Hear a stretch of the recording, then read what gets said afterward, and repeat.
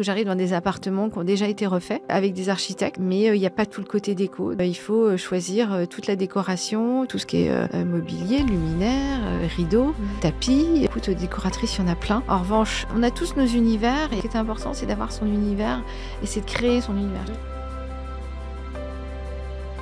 Merci d'être venu aujourd'hui dans Secret d'Archi. C'est un plaisir de t'avoir. C'est vrai qu'on avait échangé au tout début quand je lançais le projet. Donc, on avait eu un super échange au téléphone. Donc, je suis vraiment contente qu'on puisse enfin se rencontrer aujourd'hui.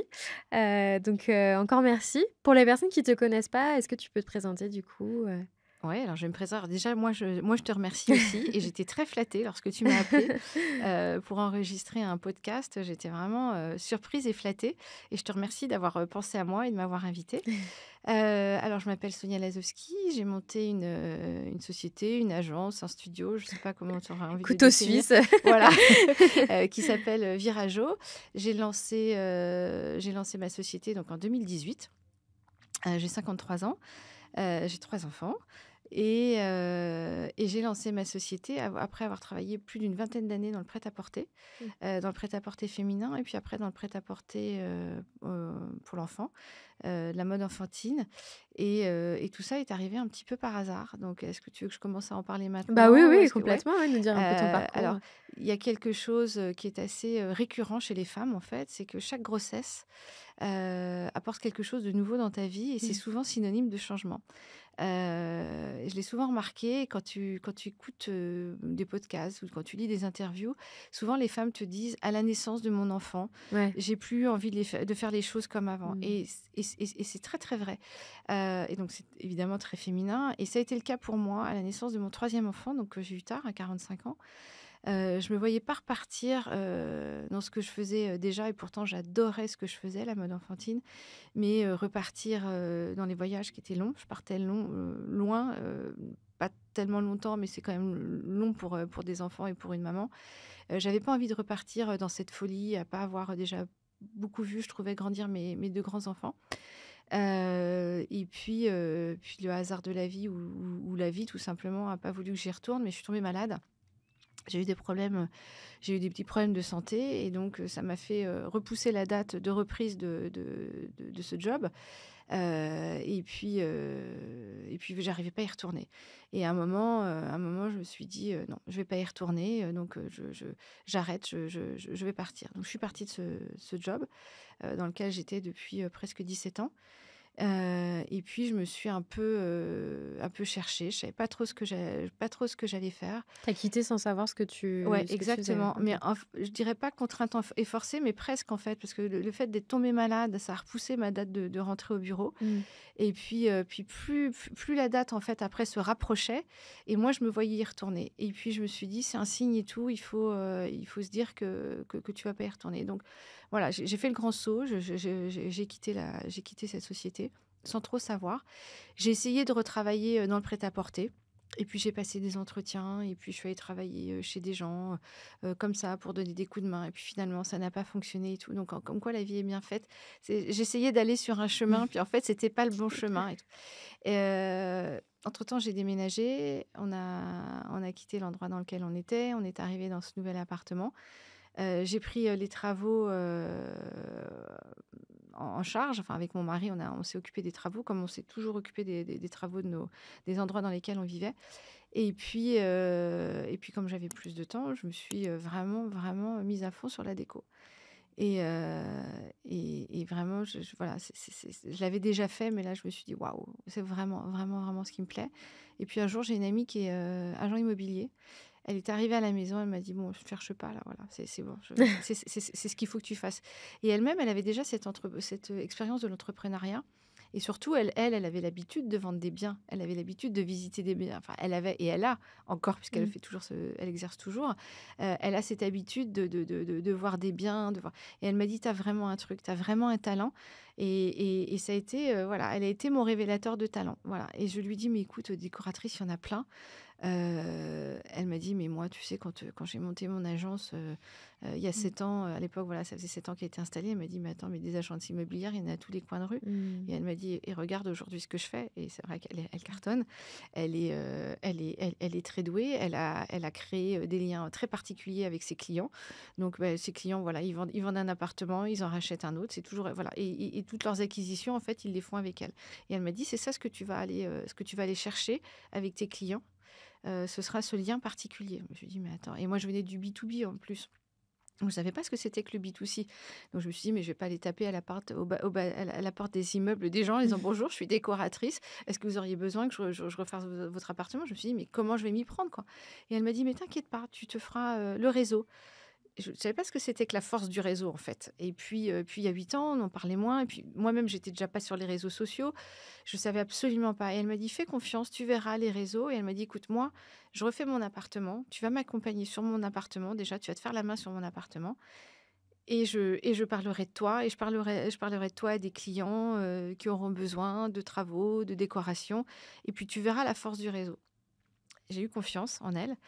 Et j'ai eu raison d'avoir confiance. Et donc, c'est comme ça que ça s'est lancé petit à petit. Et je me suis fait, entre guillemets, la main sur son appartement, ce qui m'a permis d'avoir un Instagram, d'avoir une actu, Ouais, de il faut dire bien aux gens, démarrer. voilà, de dire aux gens, voilà, je suis sur ce projet. Bon, j'ai aussi mis mon appartement pas mal sur les réseaux.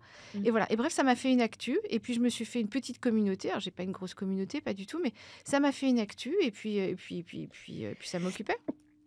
Donc, ça m'a permis de commencer comme ça et puis de comprendre les premiers rouages, les rouages du métier et puis d'aller chiner, puisque moi, je suis spécialisée en vintage, donc d'aller chiner avec elle au puce, de faire les antiquaires, de faire les brocs, les magasins de déco. Voilà, ça a été vraiment la personne qui m'a mis, c'est elle en fait qui m'a mis le pied à l'étrier. Et ça s'est fait comme ça, de façon très instinctive. Sans business plan, je me rappelle, il y avait des gens qui me disaient dans mon entourage, mais t'as fait ton BP? Mais non, j'ai pas fait de BP. Des fois, quand on réfléchit trop, c'est Ouais, pas bon non plus. non, voilà, j'avais pas fait de BP, j'avais rien écrit, j'avais rien programmé. Je me suis laissée porter parce qu'en fait, quand elle m'a parlé, ça a résonné en moi. Et j'avais une autre amie aussi qui est entrepreneur, qui elle est avocate et qui m'a dit, voilà, suis ton instinct, fais-toi confiance. Et elle aussi, elle m'a fait confiance. Donc moi, je crois beaucoup à la force de ce que à la force de ton entourage, ce que les gens te disent. Je crois beaucoup à la sororité. Je suis dans beaucoup de réseaux de femmes maintenant, comme je te l'avais Ouais, je te tu l'avais m'avais dit, expliqué. ouais. Je crois beaucoup à la sororité, à la solidarité comme ça entre femmes. Je crois que vraiment on peut se porter. Moi, j'en suis l'exemple concret parce que j'ai eu 2 amies qui vraiment m'ont porté à mes débuts. Et voilà, et c'était celles qui ont Le amorcé tout ça, quoi. déclenchement, Ouais, ouais. le déclenchement, voilà. Mais c'est vrai que quand tu disais l'enfant, donc du coup, forcément, c'est très féminin, mais ce truc de quand tu as un enfant, ta vie change. Et c'est vrai que tu prends du recul sur plein de choses. Enfin, moi, je sais que j'avais un côté un peu carriériste, où je voulais devenir directrice aussi. Et je me souviens, mon fils, il avait 4 mois et il s'est étouffé avec un lit, enfin bon, horrible. Et donc il est devenu bleu, mais il respirait plus. Enfin, c'était horrible. Et mon mari qui monte à l'étage et qui me dit: appelle les pompiers, appelle les pompiers. Enfin, horrible. Et après, tout ça s'est arrangé. Heureusement, merci mon Dieu, il a 2 ans aujourd'hui. Mais tu vois, en fait, après ça, tu te dis, et en fait, j'étais en réunion avec mon directeur. Et il me disait: Julie, t'es où et tout. Et en fait, il a presque mal pris Ouais, le fait que j'ai abandonné la réunion. c'est ça. Et je me suis pas présentée.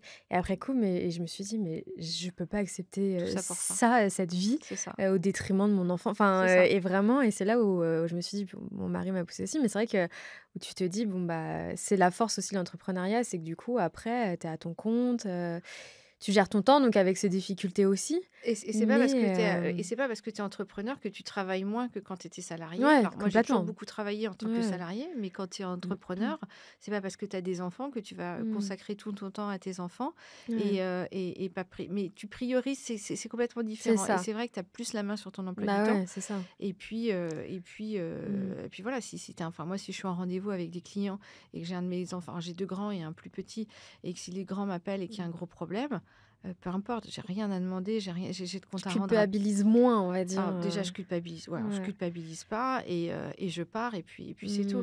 Après, voilà, moi, j'ai jamais été vraiment dans des entreprises qui étaient très conciliantes Mmh. avec la vie de femme, avec la vie personnelle. Moi, j'ai beaucoup mis ma vie perso après le boulot, alors que je travaillais pour des gens. Mmh. Donc, ça aussi, je me suis dit, non, c'est plus possible, quoi. Puis je crois qu'il y a des âges aussi. Alors, toi, tu es beaucoup plus jeune que moi, mais c'est vrai que voilà, moi, j'ai eu cet enfant à 45 ans. J'avais plus envie d'être traitée comme une petite fille, Mmh. d'être maltraitée et qu'on me parle voilà, de cette façon, alors que voilà, j'avais déjà fait mes preuves. J'avais aussi envie d'avoir la main sur mon emploi du temps, avoir plus de. Ouais, et puis être moi, quoi, être moi, être chez Mmh. moi, quoi. J'y avais pas pensé, mais en fait, maintenant que je suis moi et chez moi, Mmh. Mmh. voilà, Ouais, et c'est vrai que ça c'est change tout, ça change, ça te change ta posture, enfin, t'es mmh. aligné, quoi. Mmh. C'est vraiment, t'es aligné, C'est ça. t'es Mmh. en accord avec toi-même et tout, ça résonne fort, quoi. Mmh. C'est hyper, hyper important. Ouais. C'est C'est vrai que c'est un métier difficile, mais parce que tu as une pression financière aussi, parce que forcément, mais évidemment, tu pas ton salaire qui tombe tous les mois et cetera. évidemment, l'entrepreneuriat, Mais c'est faire un grand saut dans le vide. mmh. Un grand saut dans le vide. Mais moi, je suis moi-même enfant d'artisan. Mmh. Donc, j'ai vécu ça toute ma vie, en Ah fait. oui. Toute ma vie, j'ai entendu ma mère qui disait, oh là là, mais est-ce que ce mois-ci, on va faire Mmh. suffisamment de chiffres?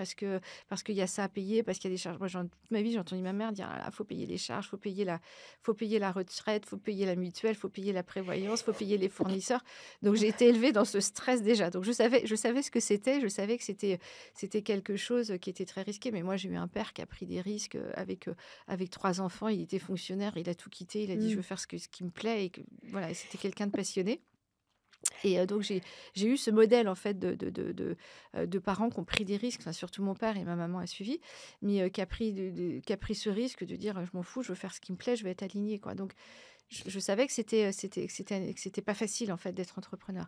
Et donc, j'ai toujours grandi, en fait, dans cette insécurité. Mais voilà, quand tu es salarié, tu as, Mmh. quelque part la sécurité de l'emploi, mais tu as aussi la contrainte de ces réunions qu'on t'impose, Mmh. de ces agendas sur lesquels tu n'as pas la main. T'as pas toujours de la libre C'est ça. expression, t'as pas toujours le dernier Mmh. mot, t'as pas. Voilà, donc après, je pense qu'il n'y a pas de bonne ou de mauvaise chose. Je pense que ce Mmh. qu'il faut, c'est être bien Mmh. où on, Faut là être où. à l'aise, c'est une Voilà. question de Faut être, personnalité aussi, voilà. Il y a des gens ouais, qui c'est sont clair. pas faits pour être entrepreneurs. Ils Mmh. pensent qu'ils le sont, mais ils ne le sont pas. Il y a des gens qui sont pas faits pour être salariés. Mmh. Voilà, quoi. Moi, euh, je revendique pas de dire j'étais faite pour être entrepreneur, mais en tout cas, je pense que j'étais faite pour être décoratrice, ouais. Ouais. Ouais, mais après, c'est la vie qui m'a amenée. Je crois que ce qui compte, c'est d'être bien Mmh. là où on est, quoi. Il n'y a pas de Mmh. critère de c'est mieux, c'est moins bien et tout. Il y Oui, a c'est des, ça. il y a des problématiques dans les deux cas de figure. Ce qui compte, c'est d'être bien, c'est Mmh. d'être épanoui, d'être aligné, quoi. Donc, on peut très bien passer toute sa vie en entreprise, être salarié, être super épanoui, super aligné. Moi, j'ai eu des expériences de gens qui ont eu l'occasion de passer à l'entrepreneuriat, qui y sont allés et qui ont dit, oh là là, non, en fait, c'est Mmh. pas pour moi, je préfère retourner dans une structure, quoi, être salarié. Donc vraiment, ce qui compte, c'est d'être bien, d'être aligné. Oui, c'est ça. Voilà. Ouais, non, Et mais moi, j'ai complètement. trouvé, ça y est, j'ai trouvé ma voie. Ça a été un peu Mmh. tardif.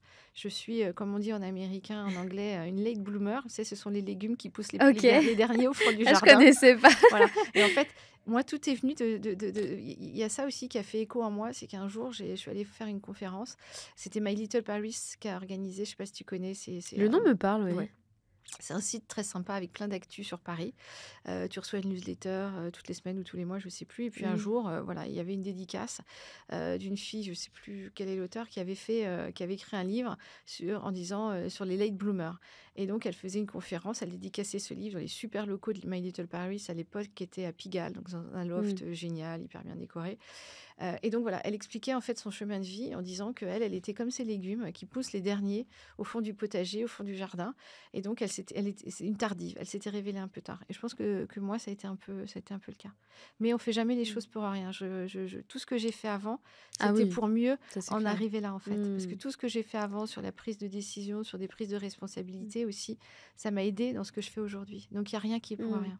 Tu as beaucoup plus de recul, Ouais, tu ouais, ouais. sais forcément plus manager aussi, ce qui est nécessaire dans ce métier. Tout à fait. Donc C'est sur des prises de risques, sur des choses, sur des décisions. Donc, enfin, je regrette rien en fait. mmh.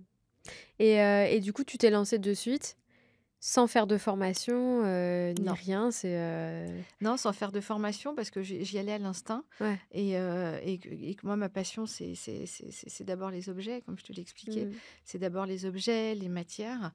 Donc, je me suis dit, voilà, alors si, ce que j'aurais pu faire, mais je désespère pas de le faire, c'est de reprendre des cours en histoire de l'art Mmh. pour être quand même un peu plus aguerrie. Faut que je prenne le temps. J'arrive pas à avoir le temps de faire ça.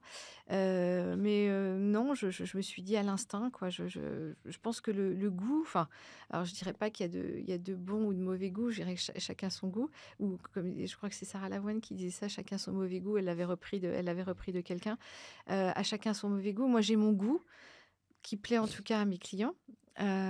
Et donc, je fais les choses de manière instinctive. Mmh. Quand je vais avec des clients ou même si je vais seule chiner chez des antiquaires, chez des brocs, ou si je vais aux puces, ou si je vais dans des déballages ou des vides-greniers, c'est instinctif, quoi. Je vois un objet et je me dis, tiens, il irait bien là, il irait bien dans tel projet. Voilà. Donc, je fais les choses comme ça, de cette façon. Mmh. Et tu as un endroit où tu stockes, quand tu vas chiner, Alors malheureusement non? non, ça OK. ce serait un de mes projets, c'est d'avoir un jour, à terme, d'avoir un lieu où je puisse, acheter sans avoir forcément de projet, mais Ouais. parce que l'objet me plaît, en me disant: «Un jour je pourrais le mettre dans un projet». Parce que ça, c'est très frustrant, c'est que parfois je passe devant des choses en me disant: «Ah, j'aime bien ça», et puis, c'est pas le projet du moment, et puis le projet il arrive après, je me dis: «Ah mince, j'avais vu quelque chose». Mais bon, c'est pas grave, je fais confiance à la synchronicité aussi des moments. Je me dis: «Les choses elles viennent quand», Ouais. voilà, Mmh.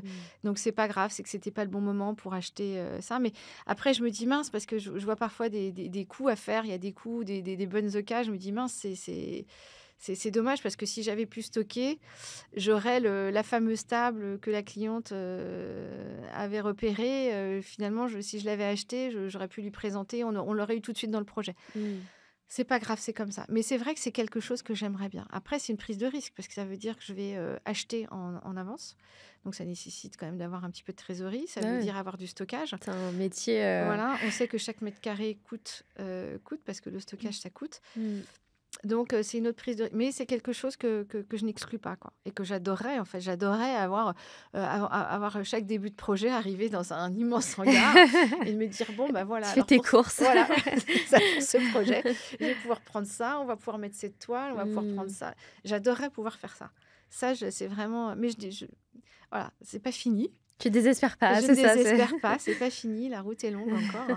Donc ouais, c'est quelque chose que j'adorerais, pouvoir faire. Avoir un hangar comme ça et arriver, et choisir et refaire un shopping. Et du coup, quand on échangeait, voilà, en off, tu te définis comme vraiment décoratrice d'intérieur. Pourquoi ne pas avoir voulu aller vers de l'architecture d'intérieur, Bah, comme je te disais, je me définis comme une décoratrice parce que je suis beaucoup plus sur les objets, même si je fais aussi de l'aménagement d'espace dans mes projets.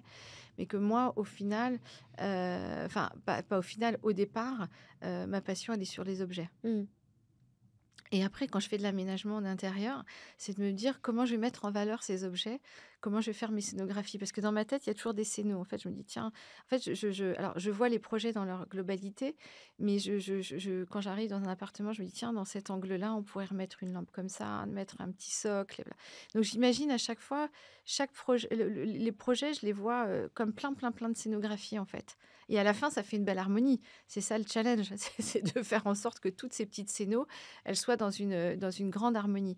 Mais je suis très en mode photographique et scéno. Donc c'est pour ça que je me définis plus comme une décoratrice. Puis comme je te disais, la frontière, elle est mince, hein, parce qu'il y a plein d'architectes d'intérieur qui font le travail des décorateurs et à l'inverse.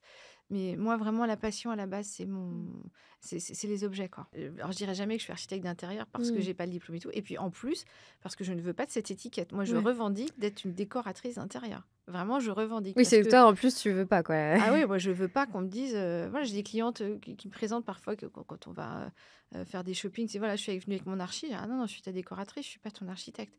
Pour moi, c'est différent. Pour moi, il y a un côté plus artistique voilà, il y a une définition plus artistique quand on parle de décoratrice que d'architecte. Mmh. Pour moi, Mmh. on va plus loin dans le processus de déco, on va plus loin dans le processus artistique. Mmh. C'est en tout cas ce que je ressens. Ouais. Et je me suis jamais définie comme Mmh. comme une architecte intérieure. Et après, moi, comme je disais, quand je vais sur des gros travaux de réno, je prends zéro risque. Je fais appel à chaque corps de métier et je travaille avec un bureau d'archi, une agence composée de femmes, c'est aussi que j'adore. Et je fais appel, je Mmh. fais appel à des professionnels pour chaque secteur d'activité. Et c'est Mmh. pareil, quand je fais des plans de menuiserie, quand je dessine des bibliothèques, quand je dessine des aménagements sur mesure, je travaille avec des gens avec qui je dis ce ne sont pas des plans d'exécution. Mmh. C'est là aussi la différence, c'est qu'une architecte d'intérieur, elle va pouvoir donner des plans Ouais, d'exécution. complètement. Moi, je ne donne pas de plan d'exécution. Je leur dis Mmh. voilà ce que je veux, voilà, je leur dessine ce que je veux. Donc je veux que le rendu final ce soit ça. Après, techniquement, c'est à vous de jouer les gars. Mmh. Et je fais confiance à chaque corps de métier parce que je ne pense pas qu'on puisse être bon partout. Je ne pense pas que Mmh. on puisse être bon sur la plomberie. Enfin, on me dit pas qu'un architecte, il sait Non, bah, ouais. être bon et Mais ce qui est normal. sur la menuiserie, Mmh. sur la plomberie, sur l'électricité. Tu as des Mmh. notions générales. Moi, j'essaie de faire appel en plus. Enfin, j'ai la chance de travailler avec un artisan qui est un compagnon. Ils sont, dans son entreprise, on est là sur la 5e génération. Donc là, c'est le fils de l'artisan avec lequel je travaille qui va reprendre la société. Ah oui. Donc on a encore le grand-père, le fils et le petit-fils là, qui reprendra quand son papa sera à la retraite. Donc on est vraiment sur des générations d'artisans, sur des gens qui se transmettent ce savoir-faire, quoi. Et j'ai une autre entreprise avec laquelle je travaille aussi pour tout ce qui est gros œuvres et tout. C'est pareil, c'est une famille d'artisans. Ils ont ça ils ont ça dans leur gène, dans leur Mmh. ADN. Donc, donc ce sont vraiment des gens qui techniquement savent ce que moi je ne sais pas faire. Donc je ne veux pas aller sur des choses. Voilà, j'ai des connaissances aussi à force de faire des chantiers, j'ai eu des connaissances, mais on va pas me dire qu'un architecte d'intérieur ou un Mmh. architecte il sait tout sur la plomberie, tout sur l'électricité, tout sur la menuiserie. C'est pas possible. Donc, je fais vraiment confiance aux gens avec lesquels je travaille. Je trouve que c'est à chacun de prendre ses responsabilités et puis on est dans un dialogue permanent, quoi. Mmh. Donc, quand moi, je donne mes plans de menuiserie à l'artisan avec lequel je travaille ou l'artisane, je ne sais pas comment dire, parce que je travaille aussi avec une archi d'intérieur qui est géniale, qui a racheté une entreprise de menuiserie en Vendée OK. qui fait ses propres chantiers, plus fait beaucoup de menuiserie sur mesure, donc elle s'est vraiment spécialisée là-dessus. Bon, bah, quand je lui donne mes dessins, elle sait très bien qu'il y a pas les plans d'exécution, donc elle refait les plans d'exécution derrière et je lui fais entièrement confiance. Mmh. J'ai 2 Mmh. entreprises avec lesquelles je travaille sur la menuiserie sur mesure, je leur fais entièrement confiance. Mais je leur dis: «Dites-moi ce qui va pas et tout» et je leur dis: «Expliquez-moi comment vous allez faire». Que je sois pas aussi déçue parce que je pensais que vous feriez comme ça et quand il y a un couac, vous me dites: «Attention, tu as pensé ça comme ça, mais nous techniquement, on va pas pouvoir». Donc je demande à chaque personne à qui je travaille de me dire. Mmh. Oui, c'est ça. De toute façon, c'est vraiment la grande différence entre les 2 métiers. C'est que, il y en a un, fait démétrer et l'autre non. Mais la finalité, pour le client est la même. C'est juste que la responsabilité derrière est complètement différente, quoi, en Voilà, fait, exactement. Mais moi, comme je te disais, moi, je suis plus une responsable de prod, en fait, où c'est Ouais. une grande prod, en fait, un chantier ou un chantier avec des travaux ou un chantier sans travaux, comme je prends beaucoup aussi, qui sont juste ce que j'appelle juste, mais c'est pas que juste, enfin, des chantiers de déco. C'est-à-dire que je vais pas toucher du tout à la plomberie, à l'électricité. On va juste faire quelques aménagements sur mesure, des placards, des meubles Mmh. sur mesure, et puis après toute la déco. Mais c'est une grande prod, en fait. C'est un carnet d'adresses que j'ai. J'ouvre un carnet d'adresses et j'ai tous mes artisans qui viennent travailler. Mmh. Puisque moi, après, j'ai des tapissiers, j'ai aussi des gens qui font des canapés, des canapés, des canapés, des stores, des rideaux sur mesure. Donc, je fais intervenir tous les corps de métier et c'est à moi de coordonner ça. Mais comment ça se passe, du coup, quand tu fais, des projets qui nécessitent de la réno ou, heu, quand tu modules les espaces ou des choses comme ça, quand vous touchez à l'électricité, la plomberie? Ah ben, là, Tu as un maître d'œuvre, Non, non, non, c'est l'entreprise qui gère, qui fait la maîtrise d'ouvrage OK. et il me gère tout le chantier. D'accord et après, ouais, mais si par exemple à un moment, il doit faire passer, une canalisation, derrière, enfin je sais pas, derrière une cuisine ou un truc comme ça, qui nécessite un coffrage ou autre, il revient vers toi et toi derrière tu retravailles le projet? Parce qu'il y a forcément une part de suivi de chantier dans ce que tu fais, non? Oui, mais alors c'est lui qui prend les décisions. On les prend avec les clients et si jamais il y a une impossibilité technique, c'est zéro risque. On peut pas et on remodule le projet, on voit ça, Ouais, voilà, c'est ça, voilà. ouais. De toute façon, tu le sais, malheureusement ou heureusement, enfin, la réno, on sait jamais ce sur quoi on Ouais, va tomber. C'est ce ça que je c'est dis clair. toujours aux clients. On part sur un Mmh. postulat de base et puis après, ça va être un peu comme Mmh. ça. Il va falloir faire en fonction de ce qu'on va trouver et parfois il y a des bonnes et parfois il y a des mauvaises surprises. Mmh. Il y a malheureusement plus souvent de mauvaises surprises, donc Mmh. on se réadapte. Mais il y a jamais de prise de risque. On va jamais sur des choses où si dans certains immeubles, par exemple, le truc qui est très très courant, ce sont les cuisines, enfin dans les Haussmanniens en tout cas à Paris, Au fond du c'est la couloir, cuisine au fond du couloir, la voilà. base. Et on ne vit plus avec une cuisine au fond du couloir. On Ouais. ramène généralement la cuisine sur Mmh. l'avant, sur les espaces de vie. Bon, bah, tu as certaines copropriétés où il est interdit de toucher à ça. Mmh. Donc, Ouais, bah, là tu t'adaptes, ouais. ouais, donc là, tu t'adaptes. Mais du Voilà. coup, dans le quotidien, comment ça se passe? Parce que, après j'ai mon prisme, on va dire, d'archi d'intérieur, donc qui est peut-être biaisé, mais du coup, comment ça se passe dans le suivi de chantier? Tu es régulièrement sur le chantier, toutes les semaines? Ouais, Oui, c'est ça. En fait, dans les faits, tu fais la même chose. C'est juste que, tu pas la casquette de maîtrise d'œuvre. non, C'est ton artisan qui l'a, voilà, c'est mon artisan qui l'apprend. mais sinon tu suis, tu vérifies que, les prises sont bien placées, que Ouais, oui, l'électricité, il y a soit pas de bien faite, souci, bien faite. qu'on soit bien au niveau des plannings, et Mmh. je fais un compte rendu pour les clients qui sont là ou pas. Donc tu fais du suivi de chantier, en Oui, oui, fait, quand oui, je fais même? aussi, oui, oui, bien sûr, oui, je fais aussi du D'accord. suivi de chantier. Mais vraiment, je pousse je pousse le fait de vraiment responsabiliser, enfin, je mets le doigt vraiment sur enfin, l'accent en tout cas sur le fait de vraiment responsabiliser, Mmh. vraiment responsabiliser les gars, quoi. Vraiment, vraiment. Et comment tu fais, du coup? Ça Enfin, passe quand je par dis des les gars, les entreprises contrats, avec lesquelles je Oui, travaille. Pardon? ça passe par des contrats, le fait de vraiment les responsabiliser ou non, c'est quand tu les vois, tu leur dis: «Bon, par contre, moi, je suis pas responsable, je Ouais, vous donne les trucs à faire, mais je suis pas tellement contrat. Alors, on a des, enfin, moi j'ai des contrats avec les clients. Moi, j'ai pas de contrat avec l'entreprise. J'ai pas de contrat avec oui. l'entreprise. Je suis un peu, je suis vraiment old school. Alors, je sais qu'à l'école, on vous apprend à avoir des contrats et tout, et c'est très bien. Il faut être, comment dirais-je, Cadré, ouais, il faut être cadré. Moi, enfin, je te dis, je suis vraiment une instinctive et je travaille beaucoup, beaucoup à la confiance, quoi. Je travaille avec des gens qui sont amoureux de ce qu'ils font mmh. et qui ont cet amour du travail bien fait et qui ont envie de faire plaisir aux clients. Enfin, je sais pas comment dire, c'est un peu naïf de dire ça et un peu peut-être enfantin, mais la vraie volonté au départ, c'est de faire des belles choses, quoi. Mmh. Et puis que les gens, enfin les gens, nos clients, ils aient une belle expérience, quoi. Ils aient une expérience qui soit pas trop douloureuse, parce qu'on sait que les travaux, c'est souvent douloureux et tout. Que ça se passe bien, humainement, techniquement aussi. Et puis que s'il y a un problème, qu'on en parle, que ça parte pas en pugilat, que ça parte pas sur des choses. Donc vraiment, je mets un accent particulier à vraiment m'entourer de gens qui sont passionnés, qui aiment ce qu'ils font et qui ont envie de faire des belles choses. Mmh.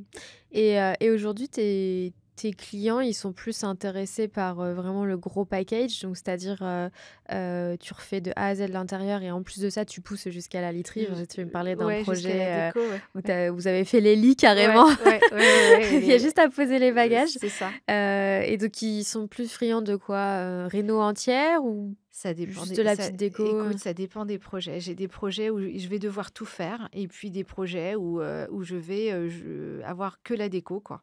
D'accord, Ce qui est déjà un bon morceau, mais ouais. c'est-à-dire que j'arrive dans des appartements qui ont déjà été refaits, et avec des architectes souvent, mais il y a pas tout le côté déco. Donc j'arrive, il faut, choisir, toute la décoration, tout ce qui est Mmh. luminaire. En revanche, tout ce qui est, par exemple, quand j'arrive dans ces moments-là, je vais pas choisir tout ce qui est, sanitaire, salle de bain, carrelage. OK. Là, Ah voilà, bah, oui, là, c'est déjà fait. Mais je vais m'occuper, de tout ce qui est, mobilier, luminaire, rideaux, mmh. tapis, parfois le choix de la vaisselle, les petits objets, des bouquins, des lampes. Tu vois, je regarde autour de nous, ce qu'il y a, Mmh. parfois de la décoration florale aussi, D'accord. voilà, donc Ouais, c'est vraiment poussé jusqu'au ouais, bout, quoi. c'est vraiment poussé. Et comment tu fais, parce que je sais que nous, à l'école, on nous apprend beaucoup à travailler en mode concept, Mais donc du coup, le concept, il part, du concept architectural où là, on aménage les volumes et les espaces. Ensuite, le concept décoratif où là, ça va être plus, bon, bah, les matières, les textures et cetera.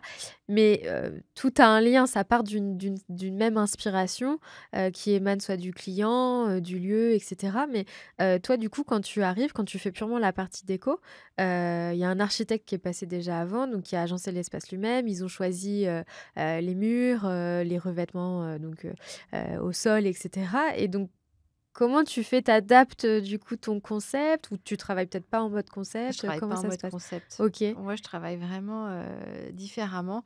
Je travaille un peu comme je travaillais, en fait, dans la mode. C'est-à-dire que j'ai, une banque d'images avec plein d'inspirations.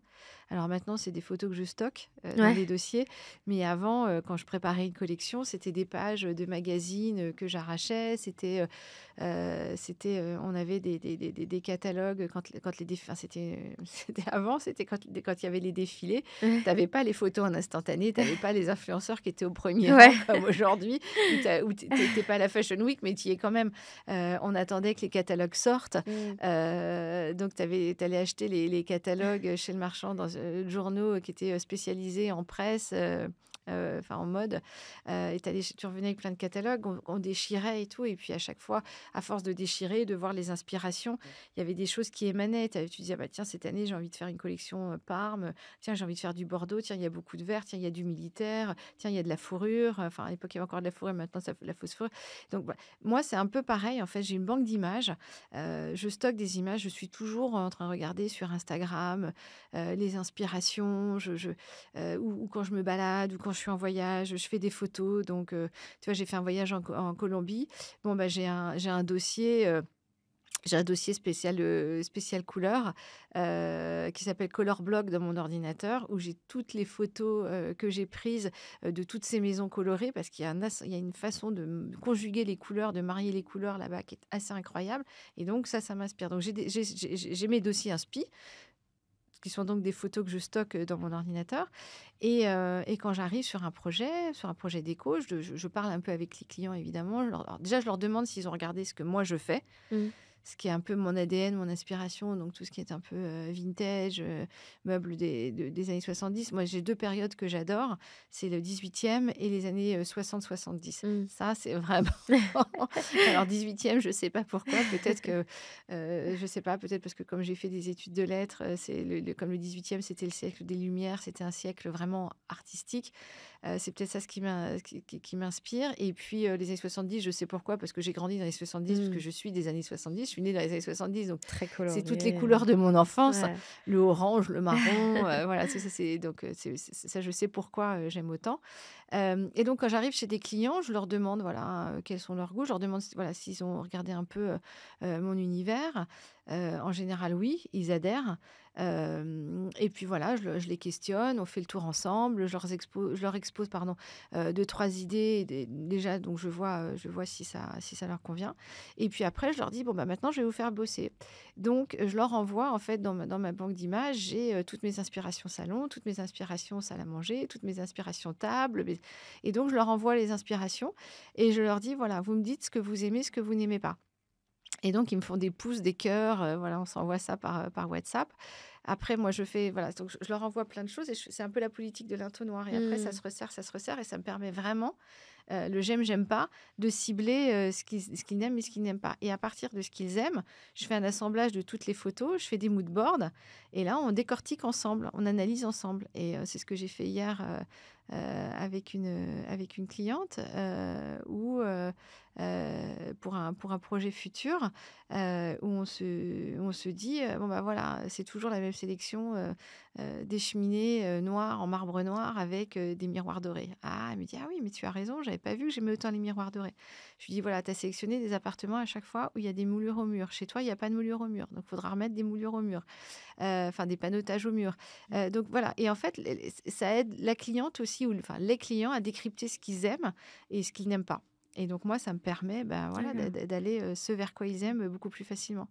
Et puis après, de toute façon, tu t'adaptes forcément au lieu. Je veux dire, Et je m'adapte si aussi au lieu. l'appartement, il y a un mur, violet fuchsia, quoi, pour je ne sais quelle raison, un choix du client ou peu importe, tu vas adapter du coup ta déco, avec Bah, cette bien sûr, voilà. contrainte-là. Voilà. Bon, déjà, je leur demande s'ils veulent vraiment garder le mur fuchsia, Ouais. s'ils sont vraiment sûrs. Mais donc voilà comment je travaille. Donc je pense que je travaille vraiment main dans la main avec les clients et je suis vraiment hyper à l'écoute. Alors tout le monde te dit que tous les gens te disent qu'ils sont hyper à l'écoute de leurs clients. Sauf que moi j'ai déjà entendu des stylistes ou des architectes dire ah non mais moi je ne fais pas de compromis. Des gens Mmh. avoir un ego en disant non Les non mais archistars. voilà des artistes exactement des archistards en disant non non mais moi je ne veux pas faire d'ego. Voilà. Moi, j'en suis pas encore à ce niveau-là. Je suis pas du tout une star. Je travaille avec avec des clients qui deviennent souvent des bons copains ou même des amis. Euh, donc je suis hyper à l'écoute. Ce que je leur dis toujours, je vais être dans votre vie pour un petit moment. On va traverser ensemble une bonne tranche de vie. Donc, tu arrives dans des familles, tu découvres vraiment l'intimité des gens, quoi, parce que tu arrives, tu dois. Si ce sont des gens qui achètent un appartement qu'il faut refaire entièrement, ben, je vais voir dans l'ancien appartement comment ça se passe, Mmh. comment ils vivent, les meubles que l'on va garder pour le nouvel appartement, si on garde tout, si on jette tout, ce qu'on conserve ou pas, comment ils vivent. Donc, on rentre beaucoup dans l'intimité des gens. Mmh. Donc, moi, j'ai envie de les écouter aussi parce que c'est eux qui vont vivre dans le bien qui viennent d'acheter. C'est pas moi. Je veux dire, moi, j'ai mon chez moi. C'est eux chez eux, quoi.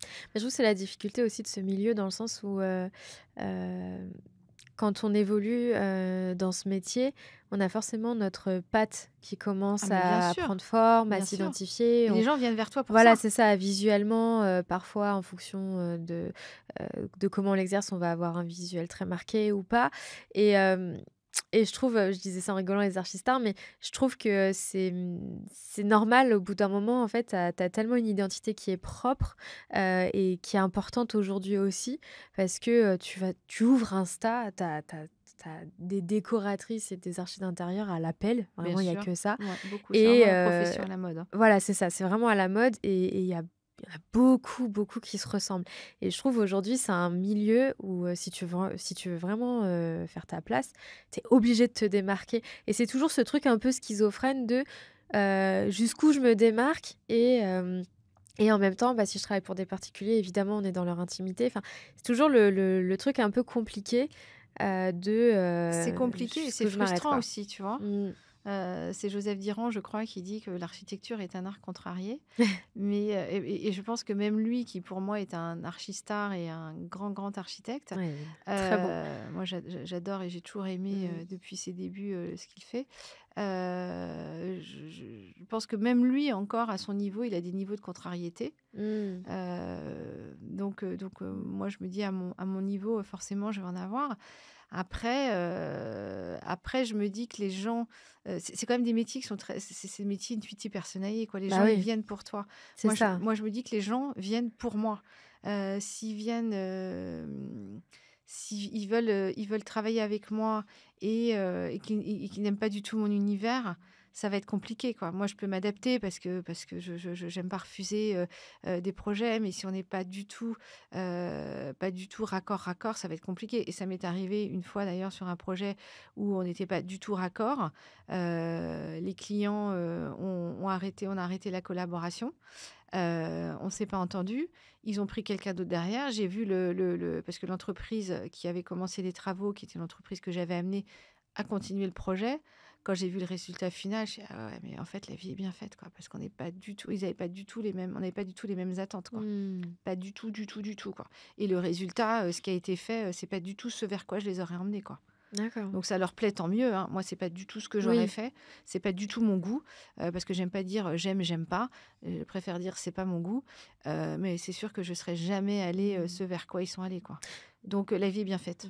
Et justement, j'allais te demander, c'est quoi le la plus grosse difficulté que tu aies eue dans cette deuxième vie, on va dire, Ouais, dans dans cette la deuxième vie, décoration bah, d'intérieur? justement, là, ce projet, ça a été très compliqué, Mmh. parce que, j'ai commencé, à travailler, sur ce projet. C'était des clients, avec lesquels j'étais déjà en train de travailler, qui m'ont dit: «Voilà, on vous a recommandé, donc ils vont vous prendre, et l'entreprise et vous pour les travaux. Donc j'ai commencé à comme c'était des gens qui étaient recommandés par des clients avec lesquels j'étais déjà en train de travailler, Mmh. j'ai fait confiance. J'ai commencé à travailler, à beaucoup travailler, à passer du temps, à faire des réunions de pré-chantier, à déjà aller plusieurs fois sur le projet, à parler des plans d'élec avec l'entreprise, à faire pas mal de réunions. Et puis le contrat arrivait pas, mes honoraires étaient toujours pas signés, le premier acompte était toujours pas versé. Ouais. Tu avais Euh, des red flags. Ouais, ouais, ouais. Et puis à un moment, et puis j'ai commencé à leur envoyer pareil des j'aime pas, ce que j'appelle des j'aime pas et tout. Et là, ils m'ont pris de haut. Ils m'ont dit, mais en fait, votre boulot, c'est ça, c'est d'envoyer des photos et de nous faire aimer ou pas aimer et tout. J'ai dit, non, mais c'est pour eux, c'est pas. Donc, ils étaient un peu en mode, en gros, vous foutez rien. Votre temps, c'est une banque d'images, nous les envoyer, puis après, vous allez vous calquer. Non, alors que non, en fait, les banques d'images, on en fait tous. Dans tous les métiers artistiques, on s'inspire de quelque chose. Ça prend beaucoup de temps, ça a une valeur aussi, ces banques d'images. Et voilà, ils n'ont pas été très, très respectueux. Enfin, même pas du tout. Et déjà, entre eux, ils n'étaient pas d'accord sur ce qu'ils aimaient, ce qu'ils n'aimaient pas et tout. Et c'est pas passé. Et là, ils m'ont dit, bon, bah, à ce moment-là, on va arrêter. Moi, je leur ai dit, ouais, ok, on va arrêter. Donc, sur le coup, ça a été très dur. Psychologiquement, pour moi, ça a été waouh. Je me suis dit, waouh. Tu te remets en question, quoi. Oui, parce que je m'étais beaucoup investie dans le projet, parce que leur appartement, c'était une petite pépite, que chaque personne qui l'avait vu avant qu'il soit refait, enfin, tout le monde était tombé amoureux, quoi. L'entrepreneur, il était tombé amoureux. Les ouvriers qui sont passés, enfin, tout le monde a ressenti quelque chose qu'ils avaient rarement ressenti. C'est-à-dire que l'appartement, il y avait une énergie dans cet appartement, il y avait quelque chose qui était assez incroyable. Donc, je m'étais beaucoup engagée, même plus par rapport à l'appartement que par rapport à eux. C'est-à-dire que Ouais. c'est comme si l'appartement m'avait accueillie en me disant, bah voilà, sois la bienvenue, c'est toi qui vas me rénover, c'est toi qui... Ça peut paraître étrange de dire ça, mais je crois vraiment à la force de ces choses-là aussi. Je pense que ce sont aussi les lieux qui nous appellent. On ressent des choses, tu as dû le ressentir, tu arrives dans des choses, tu n'as pas du tout d'émotion, tu arrives dans des lieux, tu ressens rien, tu n'as pas Il y en d'émotion, a tu d'autres, t'as l'inspi qui vient de n'as pas suite. d'inspiration, et parfois tu arrives dans des lieux et waouh, ça déroule, quoi, la page blanche, ça s'écrit tout seul en fait. Et ça, et c'était le cas dans cet appartement. Et en fait, c'est avec les propriétaires que c'est pas passé. Et quand je vois le résultat, ce qui a été fait, je me dis, mais génial, en fait. En fait, c'est génial. Et en fait, Du coup, ils ont fait eux-mêmes ou ils sont passés par Non, ils ont pris quelqu'un d'autre. quelqu'un d'autre, d'accord. Mais, Ok. mais en fait, ce qu'ils lui ont demandé, en fait, c'était pas du tout moi, quoi. Et moi, s'ils m'avaient demandé de faire ça, ça aurait été dur pour moi Ouais. de faire ça. Et puis voilà, on n'avait pas du tout la même vision. Moi, j'ai une vision très patrimoniale des choses, c'est-à-dire que j'aime garder, quand j'arrive dans de l'haussmannien, j'aime garder les moulures, j'aime garder les panotages au mur, je déteste casser des cheminées. Bon, s'il faut le faire, parce que voilà, je le fais, mais j'essaie toujours, en tout cas, enfin, c'est pas que j'essaie, c'est que je dis toujours aux équipes, vous démontez, pardon, vous démontez la cheminée, vous faites attention, et puis j'ai quelqu'un qui les récupère. Et comme ça, elle sera remise ailleurs. Voilà, pour moi, c'est vraiment du patrimoine, même si ce sont des petites cheminées basiques, des petites pompadours sans grande valeur et tout. De me dire qu'on va retrouver ça sur le bord d'un trottoir parisien, ça me fait beaucoup de peine. Donc, je suis très dans dans ce côté conservation du patrimoine. Donc voilà, quand j'arrive sur un projet où les gens me disent, ah bah non, mais je veux pas de moulure, je veux des murs lisses et tout, je leur dis, mais pourquoi vous avez acheté de l'haussmannien, quoi? Ouais. Ça, Vous souvent, Voilà, c'est le truc. il y a du poids du Hongrie, vous voulez l'enlever, vous voulez mettre des Ouais. lattes larges de 20 centimètres, mais pourquoi, en fait? Mais pourquoi vous achetez de l'haussmannien? Allez acheter des Du produits neuf. du neuf, ou des produits beaucoup plus récents, où vous aurez des murs lisses, où ce sera aussi un peu plus adapté à la vie d'aujourd'hui, parce que dans l'haussmannien, il y a toujours des contraintes, il y a des parquets qui grincent, il y a des murs qui sont Des pas petites toujours... pièces. Il y a des petites pièces, il y a des... Voilà, donc... alors après, je dis pas que je conserve tout en l'état, évidemment, mais j'essaie en tout cas de garder les codes des biens dans lesquels on est. Voilà, quand tu vas dans des vieux appartements à Saint-Germain ou sur l'île Saint-Louis, c'est autre chose, c'est des poutres, c'est de la tomate au sol, voilà, c'est des choses qu'il faut conserver. Mmh. Dans chaque bâti, en fait, chaque bâti a son histoire. Donc vraiment, je suis très, très attachée à conserver ça. Donc voilà, quand les gens me disent, voilà, j'ai acheté de l'haussmannien, je veux tout raser et je veux faire que du moderne, que du l'ultra contemporain, des faux plafonds, mettre des spots partout. Waouh, je suis hyper franche, hein, je leur dis: «Moi, je suis pas à l'aise sur ce terrain-là, quoi. Je Mmh. suis pas à l'aise là-dessus». Mmh. Et en général, il y en a pas beaucoup qui m'appellent pour ça. Oui, c'est ça, c'est qu'après la Naturellement, sélection se ouais, fait, ouais, ouais, les gens, en ouais. fait, comme je te dis, les gens, ils viennent pour toi, quoi. Mmh. Tu vois, donc quand on parlait des archistars, heu, quelqu'un qui va aller, chez Joseph Diran, il va pas demander à Joseph Diran de faire du Laura González. Ouais, c'est clair. Et à l'inverse, Ouais, tu vois? Ou un c'est du Charles bon sens. Zana ou un Hugo Ouais. Toro ou tu vois? Tu vas pas on a tous nos univers et Mmh. c'est ça ce qui est important. Je pense que ce qui est important, c'est d'avoir son univers et c'est de créer son univers. Je te Mmh. parlais aussi d'une décoratrice que j'aime beaucoup. C'est moins mon univers, mais j'aime beaucoup ce qu'elle fait, c'est Zoé de Lascaz. Elle est dans un univers, très très blanc, très pur, avec des matières, très naturelles, très minérales, très bohème. Elle a une déco très bohème. J'aime beaucoup ce qu'elle fait et je l'aime elle parce qu'elle a son univers, elle a sa patte, quoi. Mmh. Et c'est ça ce qui est important. Et Ouais. ce que je trouve dommage dans ces écoles, au travers de ce que tu me dis, de ce que j'ai déjà entendu, c'est que c'est très standardisé. Mais Mmh. après, c'est dans toutes les écoles pareil. Dans les C'est écoles de ça, stylisme, la c'est personnalité pareil. prend le dessus, hein. C'est une question Dans de voilà, dans le personnalité. stylisme, c'est pareil. On te demande Ouais. d'avoir des bases, de savoir dessiner, donc dans le stylisme, bah, ça va être une robe, savoir dessiner une robe, savoir dessiner une veste. Mais après, c'est à toi d'avoir ton propre Mmh, univers mmh mh. Mais ça, et ça, c'est ça vraiment s super, super important. ouais, mais Et ça, moi, ça c'est se ce fait que naturellement, ouais.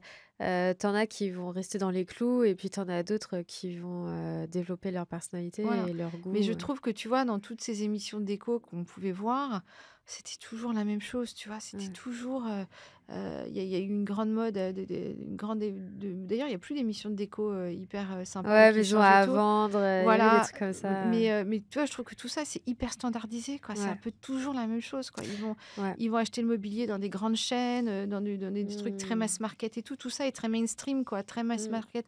Je trouve que ce qui est important, budget ou pas budget, c'est d'avoir une vraie Ouais. identité parce que c'est pas forcément qu'une question de moyens. Alors forcément, quand tu as des clients qui ont les moyens, c'est quand même beaucoup plus sympa, d'aller Oui. chiner enfin, pour moi qui chine, d'aller chiner aux puces, Ouais, que de faire des vides-greniers ou des brocs. C'est plus facile, ou voilà. ouais. Mais mais je pense qu'avec des petites choses aussi, avec des petites choses, pas chères, en chinant des petits trucs pas chers et tout, voilà, j'étais confrontée à des problématiques de budget sur un gros, gros projet. C'était un château dans le Vexin. On est arrivé en fin de projet, on avait vraiment parce que bon, bah, au début, il y a un gros budget, puis bon, bah, à la fin, évidemment L'enveloppe est réduite. voilà et là, particulièrement sur un château, tu imagines Toute la réno, toutes les mauvaises surprises sur lesquelles on est tombé. ouais. Enfin, l'architecte sur lequel il est tombé, parce que moi, j'étais vraiment sur la partie déco. Bon, bah, on a eu des moments où, voilà, il y avait plus de budget pour la déco. Bon, bah, on a chiné des choses pas chères, des petits lustres pas chers, dans des brocs, dans le Vexin, voilà, en cherchant, on trouve. Donc c'est vraiment la déco, c'est vraiment une intention, je trouve. C'est vraiment Mmh. une intention, c'est vraiment l'ambiance que tu veux donner, l'énergie que tu veux donner au lieu. Donc c'est pour ça que Mmh. c'est vraiment intuitif, personnalisé. Je pense que vraiment les clients, il faut qu'ils viennent pour toi.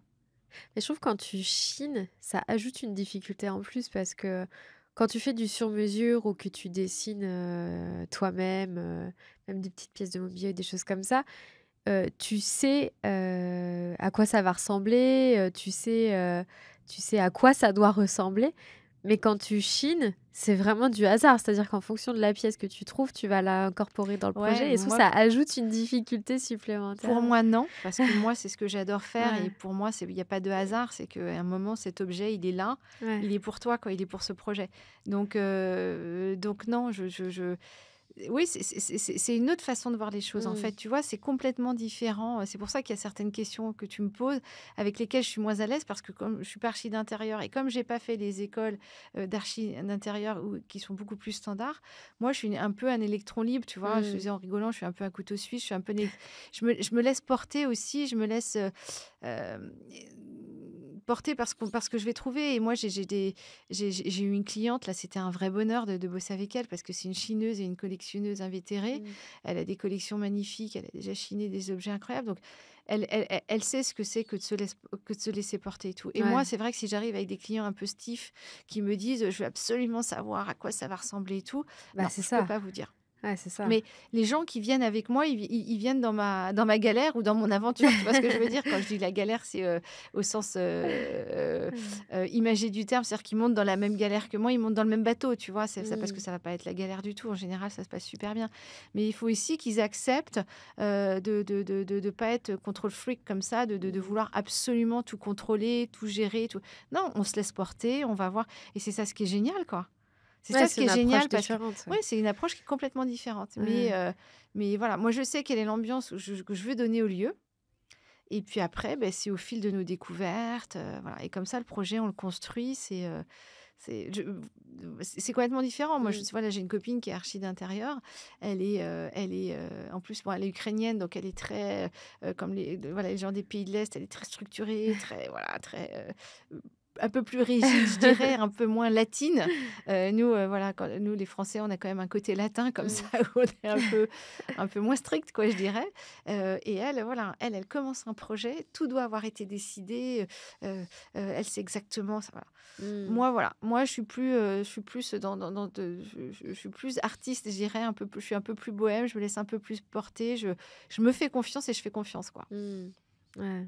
Non, mais c'est vrai que c'est intéressant aussi cette approche de plus de l'incertain, c'est vrai que Oui, et nous, puis on je trouve. apprend moins ça en Ouais, ouais, et puis formation.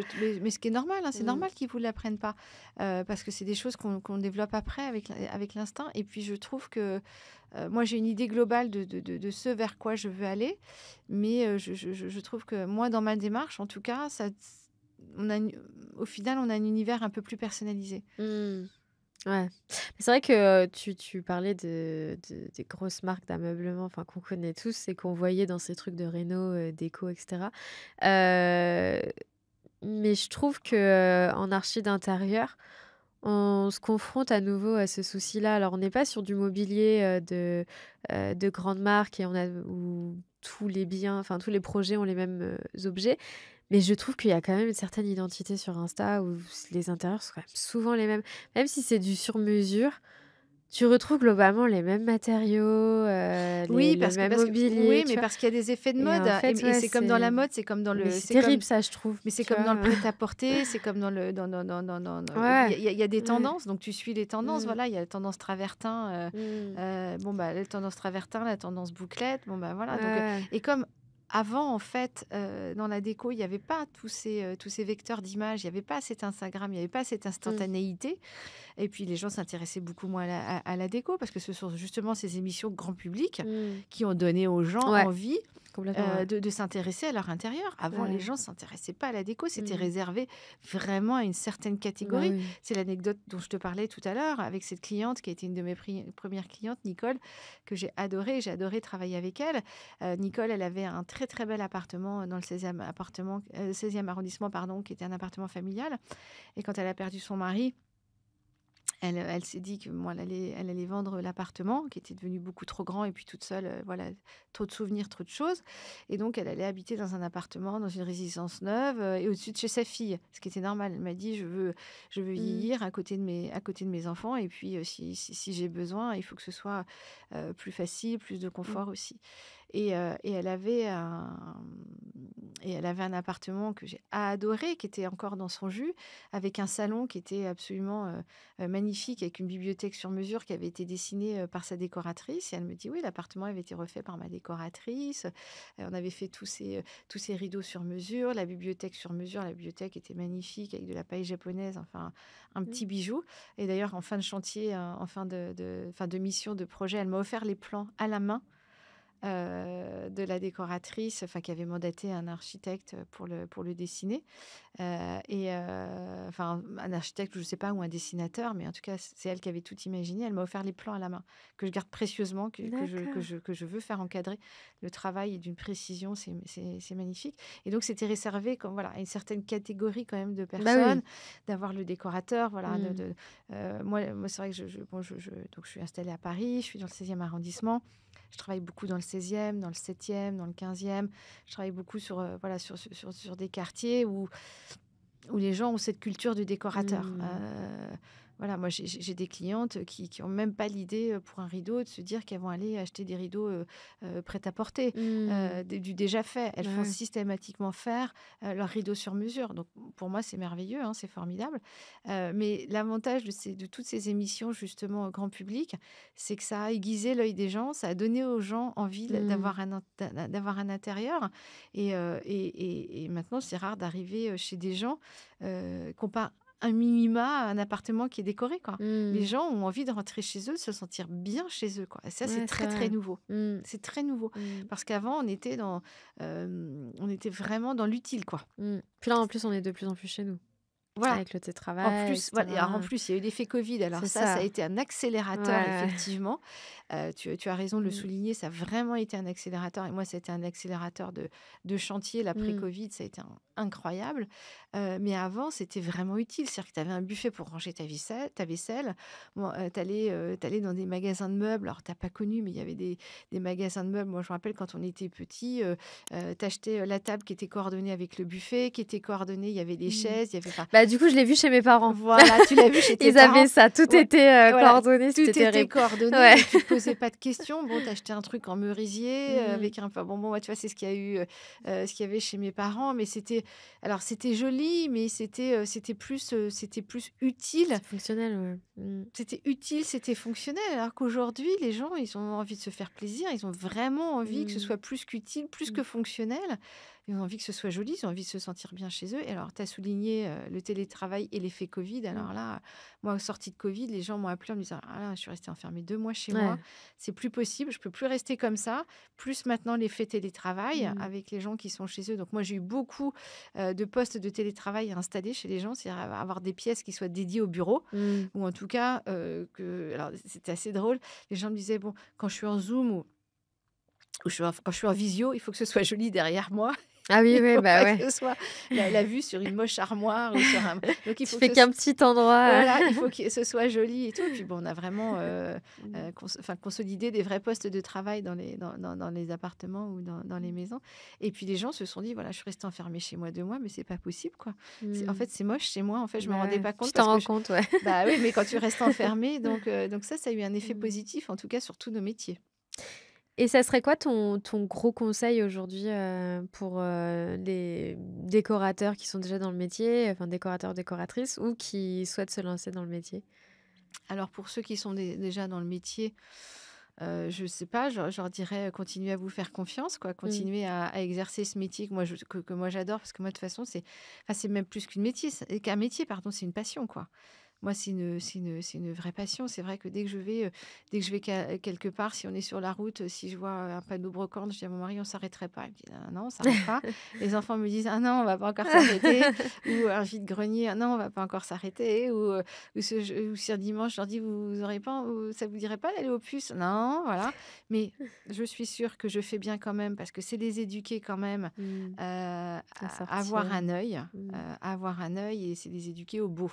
Donc ça, je pense que c'est hyper important d'être éduqué au beau. Et quand tu lis des interviews de grands décorateurs ou de grands architectes, ils te disent toujours qu'ils ont toujours eu quelqu'un dans leur Ah famille, dans oui. leur entourage, qui Ouais. les a emmenés dans des musées, qui les a emmenés aux puces, qui les a éduqués, qui leur Mmh. a... Voilà. Il faut éduquer l'œil. Il faut Mmh. avoir l'œil éduqué.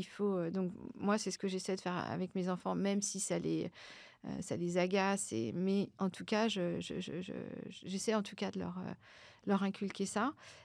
Donc voilà, pour les décorateurs qui sont déjà en place, bah, continuez à vous faire confiance, continuez à exercer ce métier avec passion.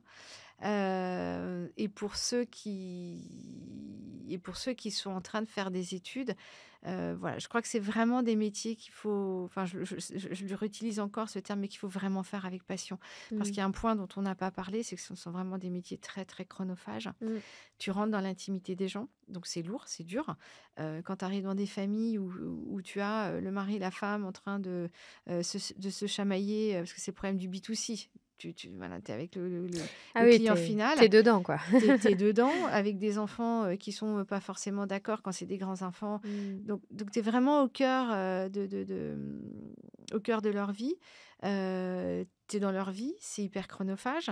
Les gens font pas forcément attention parce qu'ils ont pas forcément le temps en semaine. Donc ils te disent: «Ah ben je vous écris ce soir». Ben non, parce que moi ce soir, j'ai ma vie aussi. Donc et puis ça s'arrête jamais parce que tu es toujours en train de chercher des idées, tu es toujours en fait, jusqu'où c'est terminé? C'est terminé quand, en fait, un projet déco? Mm. C'est terminé quand? Donc c'est ça parce que bon, à la limite, un architecte, il livre le projet, la rénovation est faite, bon, voilà, ça y est, c'est terminé. Mais dans Ouais. la déco, c'est moi qui suis, jusqu'au moindre objet, au moindre c'est terminé quand? Donc Mm. c'est à moi aussi de mettre les limites, c'est à moi de dire: «Bah, voilà, bah, là, maintenant, c'est terminé. On a accroché tous les tableaux, les rideaux sont posés, on a mis les petits objets, les bouquins dans la bibliothèque, le petit bouquet, le vase. Là, je considère que c'est terminé». Donc Mm. ça, c'est un peu, Ouais, je vois ce que tu veux dire. voilà, tu vois, ça, c'est un peu compliqué. Ça, c'est des problématiques que tu as pas quand tu travailles en B2B. Mm. Moi, j'ai travaillé aussi en B2B. C'est pas du tout la même approche. Tu as moins d'engagement personnel, forcément. Mm. Les gens, ils refont des bureaux. C'est pas du tout des bureaux ou des lieux, tu vois, comme j'ai eu à faire pour ce fameux château, qui est un château dans lequel sont organisés des mariages et des Mm. séminaires. L'implication n'est pas la même. Alors que quand tu arrives chez des particuliers, ils ont mis beaucoup d'argent Ouais. dans leur projet. C'est parfois leur premier achat. Donc, ils ont un Mm. crédit sur le dos. Ça implique beaucoup, quoi. Mm. Donc, il faut faire attention aussi de ne pas prendre tout leur stress, de ne pas prendre toutes leurs angoisses, toutes leurs émotions. Et ça, c'est très dur parce que quand on fait ces métiers-là, ce sont quand même des professions artistiques. Donc, qui dit artiste dit émotion. Donc, on est en général tous des hypersensibles. Mm. C'est ça. Être passionné, mais prendre du recul, quoi. Ça serait ça. Ouais, voilà, c'est ça. Il faut continuer à le faire avec passion, mais il faut vraiment savoir mettre, Mm. savoir mettre des barrières, quoi. Mm. Vraiment, et la limite est, elle Parfois est- très fine. Ouais. ouais, c'est très, très, C'est comme très. entre ces deux métiers, déco, archi, C'est voilà, exact, la limite est très fine. c'est exactement ça. Non, voilà, moi, mon conseil, c'est de faire les choses avec passion. Enfin, en tout cas, parce que moi, je les vis tellement, je suis tellement là-dedans, c'est de les faire, voilà, c'est de les faire avec Mm. passion. Et puis, quand tu le fais avec passion, les clients le sentent. Donc, tu les emmènes aussi dans une histoire. Voilà, moi, je j'aurais pas pu faire ce que j'ai fait avant. Je l'ai fait avec passion aussi, dans le prêt-à-porter, dans la mode. Mm. J'aurais pas pu faire des choses Mm. qui me plaisaient pas. J'ai eu cette chance d'être toujours dans des métiers que j'aimais profondément. Mm. Ok, bah merci en tout cas, Sonia, Merci à pour toi. ton partage très riche. Et puis, je trouve que c'est intéressant aussi d'avoir ta vision du milieu sans être archi, mais du côté du coup déco. Donc, merci pour ton partage. Si jamais on veut te retrouver, où est-ce qu'on te trouve? Alors, on me trouve sur Virajo, sur Instagram. Donc, c'est virajo.paris sur Instagram, sur Facebook. Je suis un peu sur LinkedIn aussi. Un peu moins, mais je suis principalement sur Instagram. Ok, Voilà, et donc comme super. Instagram après se met systématiquement sur Facebook, donc voilà, donc on me retrouve principalement sur ces 2 réseaux et puis aussi sur Pinterest. Ok. Sur Pinterest et j'ai beaucoup de ce que je voulais dire aussi, voilà, c'est que c'est un média aussi à ne pas un support à ne pas Mm. négliger. Moi, c'est grâce à Pinterest que j'ai eu beaucoup de presse Oui, et j'ai eu de la chance t'es d'avoir pas la beaucoup. première à me le dire, ouais. Voilà, j'ai eu beaucoup de chance parce que toutes les journalistes déco, elles sont sur Pinterest. Mm. Donc ça, c'est ce que je dirais aux jeunes qui se lancent. Instagram, c'est bien pour vous apporter, je dirais, du business, des Mm. chantiers. Mais la presse, elle arrive par Pinterest et la presse, c'est vraiment hyper important Mm. parce que ça apporte pas toujours des clients, mais les clients sont rassurés quand ils voient que tu as eu un petit article. Ouais. Voilà, tu vois, là, j'ai eu un article à la rentrée, là, en septembre, dans le numéro de Arrêt Décoration, pardon. C'était du print en plus, c'était pas que du digital, donc ça, c'est Mm. sympa. J'ai eu beaucoup d'articles dans le L Déco, mais en .fr, et les clients, ils sont contents. Ils sont Oui, contents. ça les rassure, là. Ouais, ça les Mm. rassure. Et puis bon, quand en plus, c'est leur projet qui passe dans le L Mm. ou dans un magazine, enfin, Mm. ils sont contents, ils sont Mm. fiers. Tu as toujours une petite fierté à voir ton Mm. appartement qui a été sélectionné par la presse. Mm. Donc, ça réjouit tout le monde. Bah, merci en tout cas à nouveau. Et puis, nous, on se dit Merci à toi. avec plaisir. Et puis, on se dit à très vite pour un prochain épisode.